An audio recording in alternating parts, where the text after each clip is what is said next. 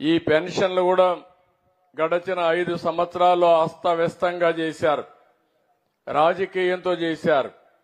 కొంతమంది వికలాంగులు కాకపోయినా వికలాంగులుగా చూపించి పింఛన్లు ఇచ్చేశారు. నేను ఈరోజు అందరికి కూడా ప్లెయిన్ గా ఇచ్చాను. కానీ ఒకటే ఆమె ఇస్తున్నా, ఇదే మారిగా గ్రామ సభ పెట్టి ఆ ఊర్లో ఇచ్చే పింఛన్లన్నీ కూడా ఎవరైతే అర్హులున్నారో వారందరికీ ఇచ్చే ఏర్పాటు చేస్తాను. అక్టోబర్ నెల మొత్తం ఈ కార్యక్రమానికి కేటాయిస్తాం.